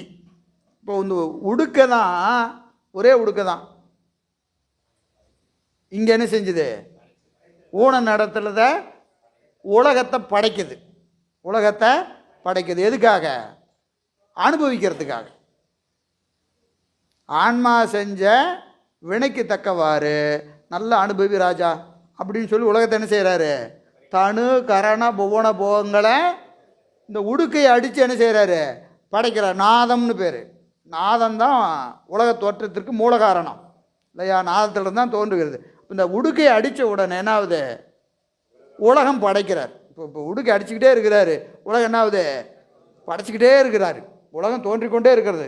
உலகம்னா புதுசு புதுசாக தோன்றதில்லை, போகம் தோன்றிக்கொண்டே இருக்கிறது இல்லையா? ஒவ்வொரு கணமும் நமக்கு என்ன வருது, போகங்கள் தோன்றிக்கொண்டே வருதா இல்லை? ஒவ்வொரு கணமும் போகம். ஏன்னா உடுக்கை அடிச்சுக்கிட்டே இருக்கிறார். உடுக்கை அடிக்க அடிக்க என்ன வருது, போகம். உலகத்தில் போகங்கள் விளைந்து கொண்டே இருக்கிறது. படைத்தல்னு பேர். சரியா? எது வரைக்கும்? பக்குவம் வர வரைக்கும் அனுபவிச்சுக்கிட்டே இருப்பான். பக்குவம் வர வரைக்கும் என்ன செய்ய, உலகத்தை விரும்பி அனுபவிப்பான்.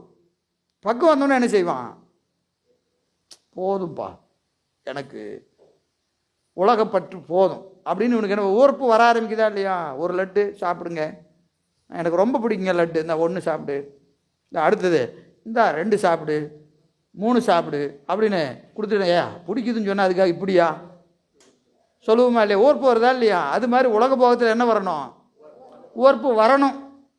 ஊர்ப்பு வரணும். இப்போ வந்தால் என்னாகும், இதே உடுக்க என்ன இது வரைக்கும் மாயையினால் உலகத்தை படைத்து கொண்டிருந்ததா இல்லையா? இப்போ என்ன செஞ்சது, மாயை இதனை உதறி இதே உடுக்கில் இப்போ என்ன செஞ்சிட்டாரு, அப்படியே இந்த உடுக்க அடிச்சுக்கிட்டே இருக்கு. ஒரு ஆளுக்கு உலகம் படைச்சிக்கிட்டே இருக்கார், பக்கத்தில் இருக்கிறாருக்கு இதை பற்ற நீக்கிறார். அடிக்கிறது ஒரே உடுக்கு தான். ஒரு ஆளுக்கு படைத்தல் தொழிலையும் ஒரு ஆளுக்கு பற்றை நீக்குகிற தொழிலையும் செய்கிறது.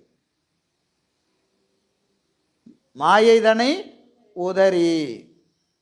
அப்புறம் வல்வினையை சுட்டு. எதனால? நெருப்பேந்திய கரம். நெருப்பேந்தி கரம். நெருப்பேந்தி கரம் மூலம் என்ன செஞ்சிட்டு இருந்தது, அழித்தல் தொழிலை செய்து கொண்டு இருந்தது. அழித்தல். புரியுதுங்களா? உலகத்தை பெருமான் என்ன செய்கிறாரு, அழிக்கிறாரு. இந்த நெருப்பு என்ன செஞ்சது, உலகத்தை நீக்குகிறது. அழித்தல் என்னது, நீக்கிறது தானே. இப்போ இதே ஒரே செயல் தான் பாருங்க. உலகம் என்பது வினை. நான் இப்போ முதல்ல சொன்னேன், மாயைக்கும் கண்மத்துக்கும் சம்பந்தம் உண்டு. மாயைக்கும் கண்மத்திற்கும் சம்பந்தம் உண்டு. இப்போ பாருங்க, இது வினையை அழித்தல், இதுங்க உலகத்தை அழித்தல். உலகத்தை எது, நெருப்பேந்திய கரம். நெருப்பு ஏந்திய கரம் என்ன செய்யுது, அழித்தலை செய்கிறது. அதே நெருப்பேந்திய கரம் வினையை சுடுகிறது.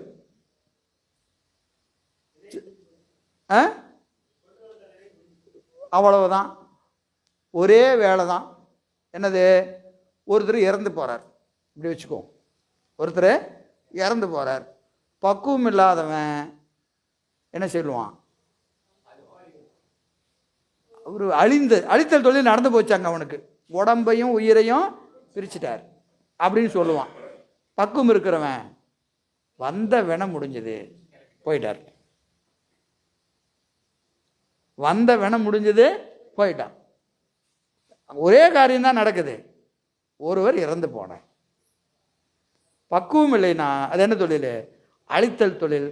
பக்குவம் இருந்தால் வினை நீக்கம்.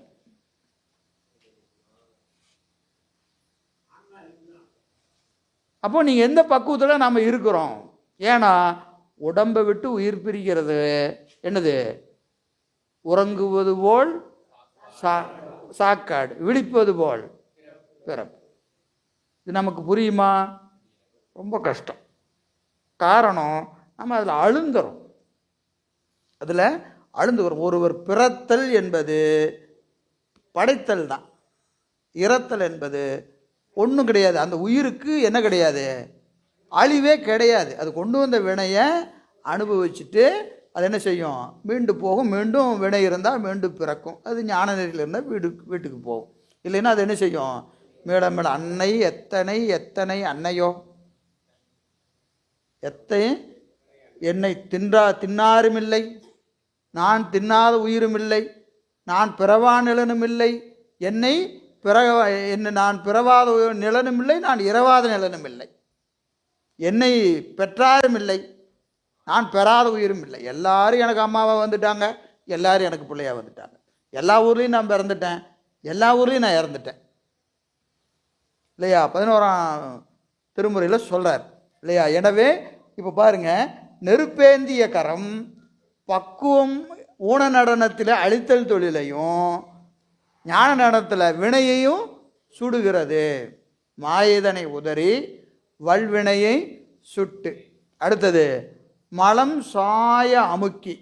இந்த ஊன்றிய திருவடி இருக்கு பாருங்க, ஊன்றிய திருவடி அது என்ன செய்யுது? ஆணவ மலத்தை போட்டு ஒரு அமுத்துறார். யாருக்கு? பக்குவமுடைய ஆன்மாக்களுக்கு. பக்குவமுடைய ஆன்மாக்களுக்கு. பக்குவம் இல்லாத ஆன்மாக்களுக்கு திரோதானத்தை செய்கிறார். திரோதானத்தை செய்கிறார். இப்போ திரோதானம் என்பதும் மறைத்தலும் இங்கே ஆணவமலை நீக்கம். ஆணவமலை நீக்கமும் பக்குவத்திற்கேற்ப மாறுபடும்.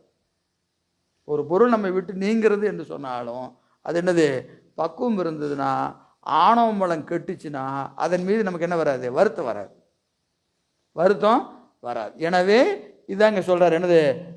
மலம் சாய அமுக்கி. மலம் சாய அமுக்கி. அந்த ஊன்றிய திருவடியில் ஆணவ மலத்தை என்ன செய்யறாரு? போட்டு ஒரு அமுத்துறாரு. அடுத்தது அருளால் எடுத்து. இந்த தூக்கிய திருவடி இருக்கு பாருங்க, அது என்னது? அருளால் எடுக்கிறது. அதுக்கு தான் தூக்கிய திருவடின்னு பேர். தூக்கிய திருவடினா கால் தூக்கி இருக்கிற திருவடி ஒன்று. இன்னொன்று ஆணவ மலத்தில் கிடக்கிற உயிரை அது தூக்கிய திருவடி. ஆணவ மலத்தில் நம்ம கிடக்கிறோம், அங்கேருந்து நம்மளை எது தூக்குதே? அந்த அருள் என்கின்ற திருவடி தான் தூக்குது மேலே. பிறவி கடலிலே இருந்து நம்மை தூக்குகின்றது எது? திருவடி தான். அதான் தூக்கிய திருவடி. குஞ்சித பாதம் நான்ற திருவடின்னு சொல்கிறோமா இல்லையா? எனவே தூக்கிய திருவடி. எனவே அது அருளால் எடுத்து என்ன செய்கிறாரு? ஆனந்த வாரதியில் தான் அழுத்தல். துன்பமாகிய கடலிலே இருந்து நம்மை எடுத்து இன்பமாகிய கடலிலே போய் நம்ம என்ன செய்கிறாரு? அமுத்துறாரு. ரெண்டையும் தாங்க முடியலங்கிறார். நமக்கெல்லாம் துன்பம் தாங்கலை, ஞானிகளுக்கு இன்பம் தாங்கவில்லை. மணிவாசகர் திருவாசகம் பூரா அதான் அப்படியே கதறார். எதை தாங்காம? இன்பம் தாங்காம கதறார். இன்பம் தாங்காம கதறார். என்னது சொல்றாரா இல்லையா? என்னது? களிறு போல் சொல்றாரா இல்லையா? என்னது? அந்த அந்த கரும்பு காட்டுக்குள்ள நுழைந்த களிறு போல நான் என்னையும் இருப்பதாக்கினேன், என்னையும் இருப்பதாக்கினேன் என்று சொல்றார். அந்த வகையில் ஒரு வகையில் பார்த்தா துன்பம் எது? இறைவனை பிரிந்தது துன்பம். இறைவனை பிரிந்தது துன்பம். ஒரு வகையில் இன்பம் என்னது? அந்த தனக்கு தகுதி இல்லாத எனக்கு இவ்வளவு இன்பமா? இந்த எனக்கு இந்த இன்பத்தை நீ கொடுக்க கொடுக்க அவருக்கு என்ன தோணுது? யான் இதற்கு இளனோர் கைமாறு.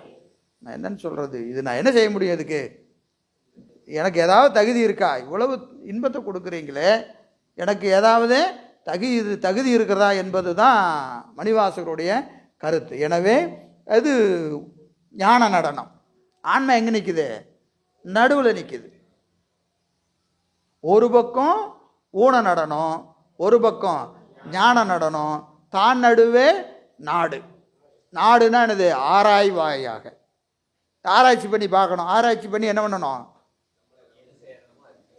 ரெண்டும் இருக்கு. இந்த பக்கமும் பார்க்குது, இந்த பக்கமும் பார்த்து நீயே முடிவு பண்ணிக்கப்பா. பார்த்து நீயே முடிவு பண்ணிக்க. முடிவு என்ன பண்ணணும்? இதை முழுசா விட்டுறணும் சாமி. ரெண்டையும் பார்த்ததுக்கப்புறம் என்ன தெரியணும்? இது வேண்டாம், இது சிற்றின்பம், இது பேரின்பம். பேரின்பத்தை அனுபவிச்ச நிலையில் எதை விட்டுறணும்? சிற்றின்ப போகத்தை விட்டுறணும், உலக பந்தத்தை விடணும். இதுதான் ஆராய்ச்சி. நாடு ஆராய்வாகன்னு என்னது? நீயே பார்த்து முடிவு பண்ணுன்னா ரெண்டும் இருக்கு, நான் நடுவில் உட்காந்துருக்கிறேன் அப்படின்னு நினச்சிட்டு விட்டுறதில்ல. என்ன செய்யணும்? எதை விடணுமோ அதை விடணும். எனவே ஊன நடனம் ஒரு பாலா ஞான நடனம் தான் நடுவே நாடு. திருவாசகத்தில் சொல்கிறார் இல்லையா? வான நாடரும் அறியோனாதனி மறையீருமுனும் தொடரோனாதனி ஏன நாடரும் அறியோனாதனி என்னை இனிதாய் ஆண்டு கொண்டவா ஊன நாடகம் ஆடுவித்தவா உருகினான் உனை பருக வைத்தவா ஞான நாடகம் ஆடுவித்தவா நைய வையத்து உடைய விச்சையே என்று அருள் செய்வது போல இங்கே இறைவன் இந்த ரெண்டு நிலையிலையும் நமக்கு அருள் செய்கிறார். அடுத்த பாட்டு. விரிய மானா மேவி எவ்வை மீளவிடா சீதம் பெரிய வினை தீரில் பெறும்.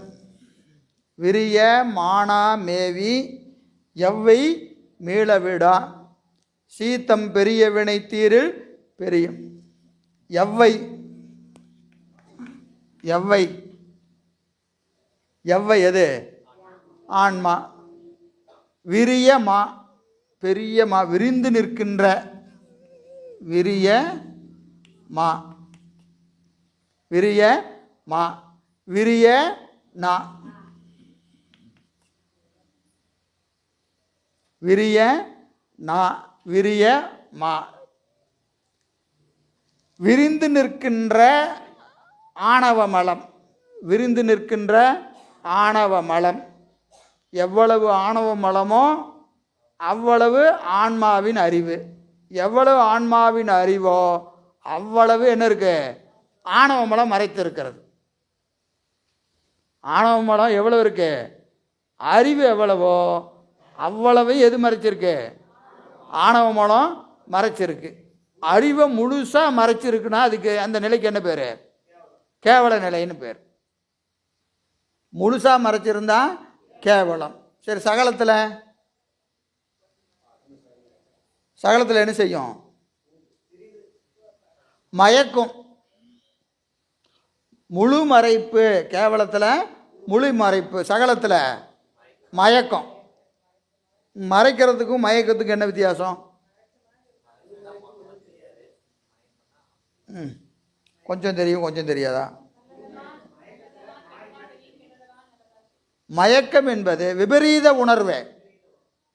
அனித்தமானவற்றை நித்தம் என்றும் நித்தமானத்தை அனித்தம் என்றும் கூறுவது. நிலையில்லாத பொருளெல்லாம் நிலையான பொருளாக தெரியும். அதான் மயக்கம். எதெல்லாம் நிலையானதோ அதெல்லாம் என்ன தெரியும்? நிலையில்லாத மாதிரி தெரியும். எதெல்லாம் நிலையில்லாததோ அதெல்லாம் எப்படி தெரியும்? நிலையானதாக தெரியும். அது எப்படி? நமக்கு எத்தனை வயசானாலும் நமக்கு நினைப்பு இன்னும் 100 வருஷம் இருப்போம். அப்படி தான் நினச்சிக்குவோம். இப்போ நம்ம கேட்டோம்னா நமக்கு ப்ராஜெக்ட் ஒன்று போட்டோம்னா எப்படி போடுவோம்? இன்னும் 100 வருஷத்துக்கு ப்ராஜெக்ட் போடுவோம். ஏன்னா நமக்கு என்னது? மடக்கொடியாடுடன் மத்தடம் கொண்டு இடப்பக்கமே இறை நொந்ததென்றார் கிடக்கப்படுத்தார் கிடந்து போனார். திருமூலர் பாடுறார். என்னது? வீட்டுக்காரம்மா நல்ல சாப்பாடெல்லாம் செஞ்சு போட்டாங்க, கட்டில் வெளியே உக்காந்தாரு, வெத்தலை பாக்கு சாப்பிட்டுட்டு வீட்டுக்காரியோட பேசிகிட்டு இருந்தார். என்னமோ தெரிலம்மா, நெஞ்சு ஏதோ இந்த பக்கம் வலிக்கிற மாதிரி இருக்குதுன்னாரு. படுத்தாரு, போயிட்டார். Heart attack. எப்போ சொல்லியிருக்கிறாரு? அப்பவே சொல்லிட்டார். இடப்பக்கமே இறை நொந்ததென்றார் கிடக்கப்படுத்தார் கிடந்து போனார். அவ்வளவுதான் வாழ்க்கை. ரொம்ப உயிர் போகிறதுக்கு என்ன வேண்டாம்? அதெல்லாம் பெரிய ப்ராசஸ் எல்லாம் ஒன்றும் கிடையாது. அதுக்கு எதுவோ ஒரு நோட்டீஸ்லாம் கொடுத்து வேலையை விட்டு நிற்கணும்னா 3 மாதத்துக்கு முன்னாடி நோட்டீஸ் கொடுக்குறாங்களா இல்லையா? அந்த மாதிரி உயிர் போகிறதுக்கு சாமி முன்னாடியே ஒரு நோட்டீஸ்லாம் கொடுத்து, சாமி ரெடியாரு, நான் இத்தனாம் தேதி வந்துடுறேன் அப்படிலாம் சொல்ல மாட்டார் ஐயா. லாக் பண்ணிடுறாங்க. அதை விட மோசம் எழுந்து சொல்லக்கூட மாட்டார் இல்லையா. அவ்வளவுதான் வாழ்க்கை. ஆனால் நம்ம என்ன நினச்சிட்ருக்குறோம் ஏதோ நீண்ட நெடுங்காலம் நம்ம வாழ்வதாக நினைத்து கொண்டு இருக்கிறோமா இல்லையா. அனித்தமானவற்றை என்ன நினைக்கிறோம், நித்தம் என்று கருதுகிற மயக்க உணர்வு. அது எது செய்யும், ஆணவமலம் செய்யும். ஆணவமலம் இருந்தால் தான் இப்படி தோணும். நிலையில்லாத பொருளாக நிலையான பொருளாக தெரியும், நிலையான பொருள் நிலையில்லாத பொருளாக தெரியும். எது, வழிபாடு. என்னையா அவசரம், 60 வயசு தானே ஆச்சு, 60 தானே ஆச்சு, என்ன அவசரம், எப்போ தான் போகிறதுன்னு தெரியல. சின்ன வயசில் போனால் படிக்கிற வயசில் கோயிலுன்னு போகிறான் இவன் அப்படிம்பாங்க. சரி படித்து முடிச்சுட்டு போகலான்னா, ஒரு நல்ல வேலைக்கு போய் கல்யாணம் பண்ணலான்னா இவன் ருத்ராட்ச கோட்டையை கட்டிட்டு திருநீர் பூசிட்டு யாரா பொண்ணு தர மாட்டாங்கடா அப்படிம்மா. சரிடா அப்போ கல்யாணம் பண்ணிட்டு போகலாமா, இப்போ தான் கல்யாணம் ஆச்சு, வீட்டுக்காரி வந்திருக்கிறா, சத்தம் போடுவாடா. அப்புறம் குழந்தை இப்போ தான் பிறந்திருக்குது. அப்புறம் என்னாச்சு, 40 வயசாச்சு, இன்னும் அதை குழந்தையெல்லாம் நல்ல ஸ்கூல்லெல்லாம் படிக்க வைக்கலாம். ரிட்டையர் ஆனதுக்கப்புறமா போகலாமான்னு கேட்டால் இப்போவும் சைடு பிஸ்னஸ் பண்ணுவான். ரிட்டையர் ஆகி வீட்டில் உட்காந்துருக்க மாட்டான். சரி எப்போதாயா போகிறது, எப்போ தான் போகிறது, ஒன்றும் அவசரம் கிடையாது. அவர் போகிற வரைக்கும் இவர் போக மாட்டார், கோயிலுக்கு போக மாட்டார் இல்லையா. எனவே நிலையில்லாதவற்றை நிலை என்று கருதுவது. நிலையானதை எப்போ பார்க்குறது, அப்புறம் பார்க்கலாம்.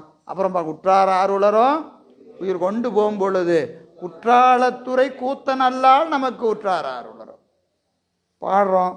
ஆனால் நமக்கு அதை ஈட்டுகிற தன்மை வேண்டுமா இல்லையா இல்லைங்களா. அது வருமானு கேட்டால் எல்லாருக்கும் வராது. அதுக்கு காரணம் என்னது, ஆணவ மலம், மயக்க உணர்வு. அப்போது இந்த விரியமா எதை மேவி நிற்கும், நான் மேவி, இதனை நான் மேவி நிற்கும். நான் என்பது என்னது, திரோதான சக்தி. நான் மேவி நிற்கும் எதை, மலத்தை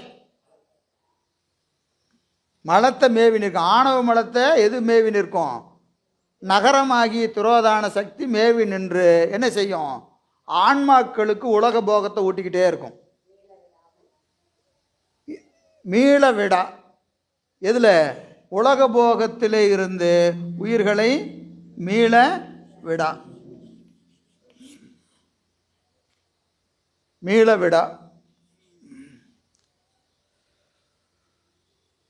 பக்குவம் வர்ற கால வரைக்கும் உயிர்களை நகாரம் மகாரத்தை மேவி நின்று மேல விடாமல் பிடிச்சிக்கிட்டே இருக்கும். நம்ம விரும்பினாலும் விரும்பலைனாலும் உலக போகத்தை பெருமான் கொடுத்துக்கிட்டே இருப்பார். உலக போகம் நல்லா ஞாபகம். உலக போகம்னு சொன்னால் இன்பமும் துன்பமும். நம்ம போகம்னா இன்பம் மட்டும் நினச்சக்கூடாது, இன்பமும் துன்பமும் மாறி மாறி வந்துக்கிட்டே இருக்கும். எது வரைக்கும், பக்குவம் வர்ற வரைக்கும். எது, நகரமாகிய திரோதான சக்தி மகரமாகிய ஆணவமலத்தோடு கூடி நின்று என்னது, வினையையும் மாயையும் தொழில்படுத்தி ஆன்மாக்களுக்கு இன்ப துன்ப நுகர்ச்சியை மீள மீள மீள மீள மீள மீள ஊட்டிக்கிட்டே இருக்கும். வினையாலே பிறப்பு, பிறப்பாலே வினை, வினையாலே பிறப்பு, பிறப்பாலே வினை என்று இதில் அப்படியே சுற்றிக்கிட்டே இருக்க வேண்டியதுதான். எது வரைக்கும், பக்குவம் வர வரைக்கும். எனவே நான் மேவி, நாவை மேவி, சரி எவ்வை மேவி எது, நான் மேவி நிற்கும். அப்படி இருக்கிற நிலையில் தம் பெரிய வினை தீரின், வினை 3 வினை இருக்கா இல்லையா, என்னது, சஞ்சிதம், பிராதத்தம், ஆகாமியம். இதில் 3 பெரிய வினை அது. ஏன்னா எல்லா பிறவிலையும் சேர்த்தது, மொத்த பிறவிலையும் சேர்த்துனதான சஞ்சிதம் இல்லையா. கொண்டு வந்தது என்னது, அது எவ்வளவு, சஞ்சிதத்தில் ஒரு கூறு சேர்த்து வச்சதிலிருந்து கொண்டு வந்தது ஒரு கூறு. ஆகாமியம் இந்த பிறவியில் புதுசாக சேர்த்துனது. இந்த ஒரு பிறவியில் புதுசாக சேர்த்துனது ஆகாமிய வினை. இந்த பிறவிக்கு கொண்டு வந்தது பிராரத்த வினை. இதுவரைக்கும் சேர்த்துனது சஞ்சித வினை. அப்போ பெரிய வினை எது? சஞ்சித வினை. இந்த சஞ்சித வினை தீரின்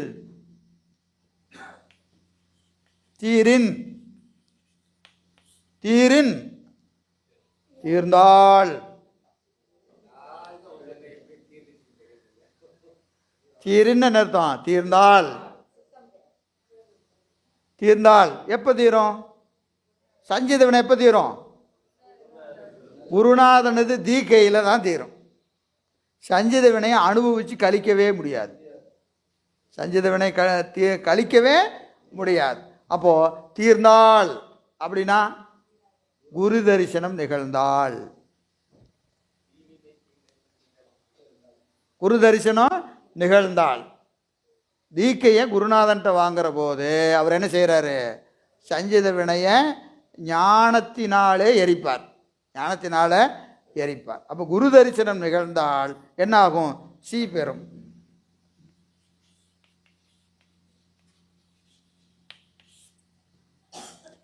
ஆன்மா சிவத்தை பெறும்.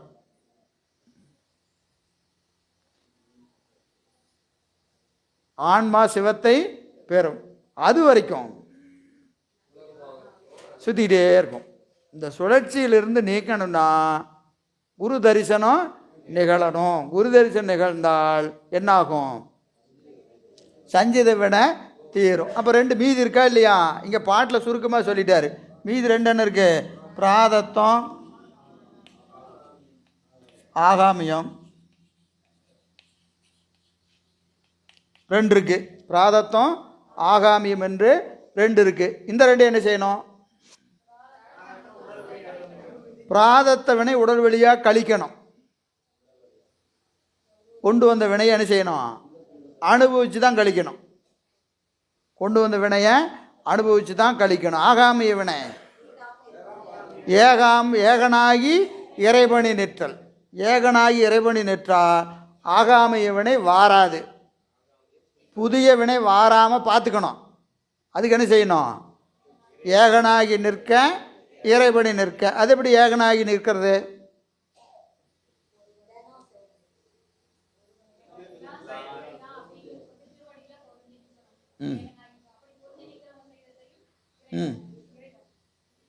ஏகனாகி நிற்க. சிவஞான போதம் 10ஆம் நூற்பா முதல் அதிகரணம். சிவஞான போதம் 10ஆம் நூற்பா. ஏகனாகி இறைபணி நிற்க மலமாயை தன்னோடும் வல்வினை இன்றே. முதல் அதிகரணம் ஏகனாகி நிற்க. ஏகனாகி நிற்க. அதுக்கு என்ன மேற்கோள்?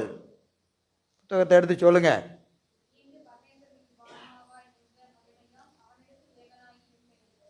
ஈண்டு பரமேஸ்வரன் இவ்வான்மாவாய் நின்ற முறைமையால் அவனிடத்து ஏகனாகி நிற்க. எக்ஸாம்பிளோட சொல்கிறார்.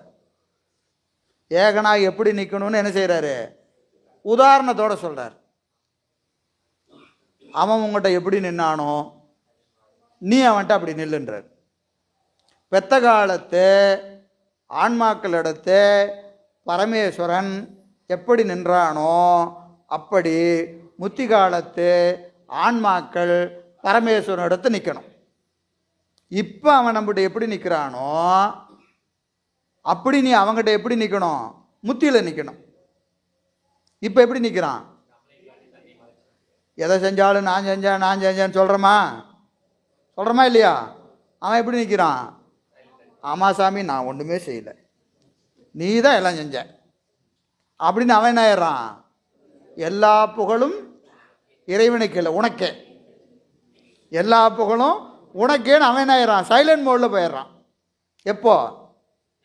இப்போ செய்கிறது பூரா அவன். புகழ் பூரா யாருக்கு? நமக்கு. நான் தான் செஞ்சேன்னு சொல்கிறியா இல்லையா? அப்போது அவன் எப்படி நிற்கிறான்? தன்னை காட்டாது மறைந்து நின்றுக்கிறான். இப்போ எதை செஞ்சாலும் யார் தெரியுறா? நான் தான் தெரிகிறேன். நான் ஒரே ஆள் தான் தெரியும். நான் செஞ்சேன்னு தான் சொல்லிட்டு இருக்கிறேன். எனக்கு சிவமும் தெரியல, ஒன்றும் தெரியல. நான் செய்தேன் என்று நான் மட்டும் தெரிவது போல உங்கள்கிட்ட அவன் எப்படி நிற்கிறான்? தன்னை காட்டாது நிற்கிறானா இல்லையா? பக்குவம் வந்துட்டா நீ என்ன செய்ய? எல்லாம் நீ தான் செஞ்ச. நீ உன்னை காட்டாமல் அவன் உங்கள்கிட்ட எப்படி நின்னானோ அப்படி நீ அவன்கிட்ட நில்லுங்கிறார். அவன் இப்போ என்ன சொல்லியிருக்கிறான்? ஆமாம் நீ தான் செஞ்ச அப்படின்னு சொல்கிறானா இல்லையா? எப்படி சொல்கிறான்? எல்லா வேலையும் செஞ்சுட்டு, இது ரொம்ப முக்கியம், எல்லா வேலையும் செஞ்சுட்டு என்ன சொல்கிறான்? நீ தான் செஞ்சேன்னு அவனுக்கு ஒன்றும் சங்கடமே இல்லை. ஆமாய்யா நீ தான் செஞ்ச அப்படின்னு சொல்லிட்ட. நீ என்ன செஞ்சால் போதும்? நீ ஒன்றும் செய்ய வேண்டாம், அவன் செஞ்சதை அவன் செஞ்சான்னு சொன்னீங்கன்னா போதும். நீ அங்கே போய் நின்றுக்கிட்டு எல்லா வேலையும் நான் செஞ்சுட்டு நீ செஞ்சேன்னு சொல்லுவானா? நீ அவ்வளவெல்லாம் சிரமப்பட வேண்டாம், அவனே எல்லா வேலையும் செய்வான். நீ என்ன செஞ்சா போதும்? ஆமாப்பா நீ தான் செஞ்சேன்னு சொன்னீங்கன்னா போதும். அதுக்கே முடிய மாட்டேங்குது பாருங்களேன். அதுக்கு நமக்கு அவ்வளவு கஷ்டமாக இருக்குது.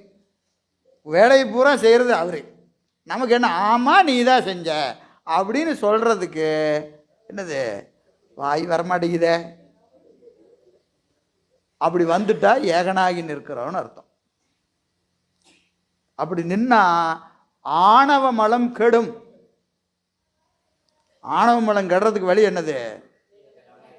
ஏகனாகி நிற்கணும். ஏகனாகி நின்னா ஆணவ மலம் கெடும். நமக்கு ஆணவ மலம் கொஞ்சமாவது குறைஞ்சிருக்கா அப்படிங்கிறது எப்படி டெஸ்ட் பண்ணோம்? திருவருள் அப்படின்னு சொல்கிறதுக்கு வாய் வருதான்னு முதல்ல பார்க்கணும். எதையாவது செஞ்சுட்டு யாராவது பாராட்டும் போத சாமி இது என்னுடையதல்ல, திருவருள் தான் செஞ்சது என்று சொல்லுகிற பக்குவம் வந்துட்டா ஆணவ மலம் கெட துவங்குகிறது என்பது பொருள். ஏன்னா எல்லா இடத்துலையும் நம்மளால் அப்படி இருக்க முடியாது. இன்றைக்கி நம்ம அப்படி தான் இருக்கிறோம், உண்மை அதுதான். அப்போ நம்ம என்ன செய்யணும்? ஏதாவது ஒரு இடத்துல மனமாற, வெறும் சொன்னதுக்காக சொல்லக்கூடாது, நம்ம மனசுலையே அந்த கருத்து தோன்றி ஆமா பெருமானே நீங்கள் தான் செஞ்சீங்க என்று நம் அறிவு சொல்ல துவங்கினால் ஆணவ மலம் கெட துவங்கிறது என்பது பொருள். புரியுதுங்களா? சரி, அப்புறம் கண்மம் மாயை ரெண்டு இருக்கா இல்லையா? ஆணவ மலம் கெடணும்னா ஏகனாகி நிற்க, கண்மமும் மாயையும் கெடணும்னா இறைபணி நிற்க. இறைபணி நிற்க, அதுக்கு மேற்கொள்ள என்ன செய்கிறாரு? இனி இறைபணி வலுவாது நிற்க. வலுவாதுன்னு என்னது? விடாது அப்படியே ஒரே மாதிரி நிற்கணும், விட்டு விட்டு போகிறதில்ல, வலுவாது நிற்க. அதுக்கு என்ன சொல்கிறாரு? அவன் அருளால் அன்றி ஒன்றையும் செய்யா, ஆகவே அஞ்ஞான கண்மம் பிரவேசியா. அவன் அருளால் அன்றி ஒன்றையும் செய்யா அப்படின்னு என்ன அர்த்தம்? திருவருளால் தான் இவன் ஒரு வேலையை செய்வான். இவனுக்குன்னு என்ன இருக்கக்கூடாது? ஒரு விருப்போ வெறுப்போ இருக்கக்கூடாது. போனால் போகணும், பேசுனா பேசணும், பேசாதன்னா பேசக்கூடாது, வானா வரணும், உட்காருனா உட்காரணும். நமக்கு எப்படி இருக்கும்? நானும் தான் நல்லா பேசுவேன், என்னை கூப்பிடவே மாட்டேங்கிறாங்க, தோணுதா இல்லையா? தோணுது, உண்டா இல்லையா? நான் என்ன கூப்பிட்டுருந்தா நான் அப்படி பேசியிருப்பேன், இப்படி பேசியிருப்பேன். அப்புறம் திடீர்னு எனக்கு கேடு இறங்கி சொல்லிட்டாங்க, நான் எப்படி பாடுவேன்னு தெரியுமா? அவங்க மட்டும்தான் பாடுவாங்களா? தோணுதா இல்லையா? உண்மை, நமக்கு இதெல்லாம் நமக்கு தோணுகிற நிலை தானே. அப்போ என்ன அர்த்தம்? அருளாலன்றி ஒன்றையும் செய்ய. அப்போ என்ன அர்த்தம்? பேசுனா பேசணும், பாடுனா பாடணும். பாடுன்னு சொல்கிற இடத்துல நான் பாட மாட்டேன் அப்படின்னு என்ன அர்த்தம்? அங்கேயும் நமக்கு விருப்பு வெறுப்பு இருக்குதுன்னு அர்த்தம். கூப்பிடாத இடத்துல போய் பாடுறதும் தப்பு, கூப்பிட்ற இடத்துல பாடாததும் தப்பு. இப்போ என்ன வருது? நமக்குன்னு அங்கே ஒரு கருத்து வருதா இல்லையா? வருதா இல்லையா? செய்யன்னு சொன்னால் செய்யணும், வேண்டாண்ணா விட்டுறணும் இல்லையா? நமக்கு பெருமான் இன்னைக்கு வரைக்கும் அளந்துருக்கிறாருங்க, இந்த பணி போதும், பணி செஞ்சது போதுன்னு ஒருத்தர் சொல்கிறாருன்னா அது அவர் சொல்லலை, பெருமான் சொல்கிறாரு, விட்டுட்டு அப்படியே போக வேண்டியதுதான். போகலைன்னா நமக்கு என்ன வந்துடும்? விருப்பு வரும், வெறுப்பு வரும், இன்பம் வரும், துன்பம் வரும். அப்போ கண்மம் போச்சா? போகலைல்ல. கண்மம் எப்போ நீங்கும்? விருப்பு வெறுப்பு இல்லாமல் இருக்கணும். விருப்பு வெறுப்பு எப்போ நீங்கணும்? எப்படி தெரிஞ்சுக்கிறது? அவன் அருளால் அன்றி ஒன்றையும் செய்யா. இப்போ அருள் எப்படி செலுத்துக்கிறதோ அப்படி தான் போவாங்க. புரியுதுங்களா? இப்போ கடலில் கட்டினாங்க, தூக்கி கடலில் போட்டாங்க. கட்டுற வரைக்கும் தெரியுமா தெரியாதா? தூக்கி போடுற வரைக்கும் தெரியுமா தெரியாதா? போட்டதுக்கப்புறம் தெரியுமா தெரியாதா? எங்கேயாவது ஏன் போட்டீங்க, என்ன போய் போட்டீங்களா கேட்டாரா? அருளால் அன்றி ஒன்றையும் செய்யா. போட்டா போட்டுக்கோ. கற்றுணை பூட்டியோர் கடலில் பாய்ச்சி மாசில் வீணையும் மாலை மதியும். எங்க இருந்துட்டு பாடுறாரு? சுண்ணாம்பு காவாய்க்குள்ள இருந்து பாட முடியுமா? நினைச்சு பாருங்க. மாசில் வீணையும் மாலை மதியமும் வீசு தென்றல் வீசுதான். நமக்கு அக்னி நட்சத்திரமே காந்து காந்துன்னு காந்துது. சுண்ணாம்பு காவாய்கள் உட்காந்துட்டு பாடுறார். ஏன்னா அருளால் அன்றை ஒன்றையும் செய்ய. அது திருவருள் என்ன நடத்துதோ நடத்தட்டும். இப்போ உதாரணத்துக்கு நம்ம சொல்லக்கூடாது. உதாரணத்துக்கு ஒரு வேளை எங்கேயாவது அவருக்கு ஒரு உயிர் பிரிந்து இருக்குதுன்னு வச்சுக்கோங்க. நம்ம சொல்லக்கூடாது. நான் சில நேரத்தில் நம்ம புரியுறதுக்காக நான் சொல்கிறேன். அந்த ஏதாவது ஒரு சோதனைகளில் அவருக்கு உயிர் பிரிந்திருந்தாலும் அவர் திருவருள்னு தான் சொல்லுவார். அவருக்கு என்னது, ஐயோ சாமி என்னை கை விட்டுட்டீங்கன்னு சொல்லுவாரானா? சொல்ல மாட்டார். அவர் திருவருள்னு தான் சொல்லுவார். காரணம், உயிர் பிரிந்தாலும் கற்றுணை பூட்டியோர் கடலில் பாய்ச்சினும் சொன்னாரா இல்லையா? நற்றுணையாவது நமச்சிவை. என்ன ஆனாலும் சரி, அங்கே ரிசல்ட் என்னவா வேணாலும் இருக்கலாம். புரியுதுங்களா? அங்கே அந்த சோதனையினுடைய முடிவு என்னவா வேணாலும் இருக்கலாம். அது இப்படியும் இருக்கலாம், அப்படி எப்படி இருந்தாலும் அவர் அப்படி தான் இருப்பார். அவரோட கருத்தில் என்ன இருக்காது? மாறுபாடே இருக்காது. அதுதான் இறைவனி நிற்றல்னு பேர். அப்படி நின்னா என்ன வராது? கண்மமும் மாயாமலமும் நீங்கும். ஆகாமிய வினை வாதியாது. ஆகாமியனை வாதியாது. இங்கே குருநாதனுடைய தீக்கையில் சஞ்சித வினை நீங்கும். அப்போ குருநாதன் தீக்கை பெற்ற உடனே சிவம் கிடைச்சிருமானா? கிடைக்காது. அதுக்கு பின்னாடி ஒரு பெரிய வேலை இருக்குது. அது சாதனை இருக்குது. அந்த சாதனைகள்லாம் செஞ்சால் சீயை பெறும், சிவத்தை ஆன்மா பெற்று நிற்கும் என்று இந்த பாடலில் சொல்கிறார்.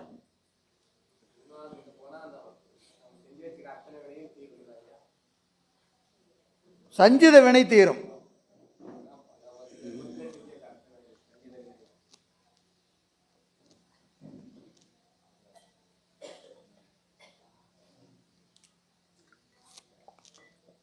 விண்ணுற அடுக்கிய விறகினின் வெவ்வளல் உண்ணிய புகிழவை ஒன்றும் இல்லையாம். பண்ணிய உலகினில் பயின்ற பாவத்தை நன்னி நின்று அறுப்பது நமச்சிவாய. விண்ணுற அடுக்கிய விறகு இது சஞ்சித வினை. அதுக்குள்ள வச்ச ஒரு சின்ன நெருப்பு நமச்சிவாய.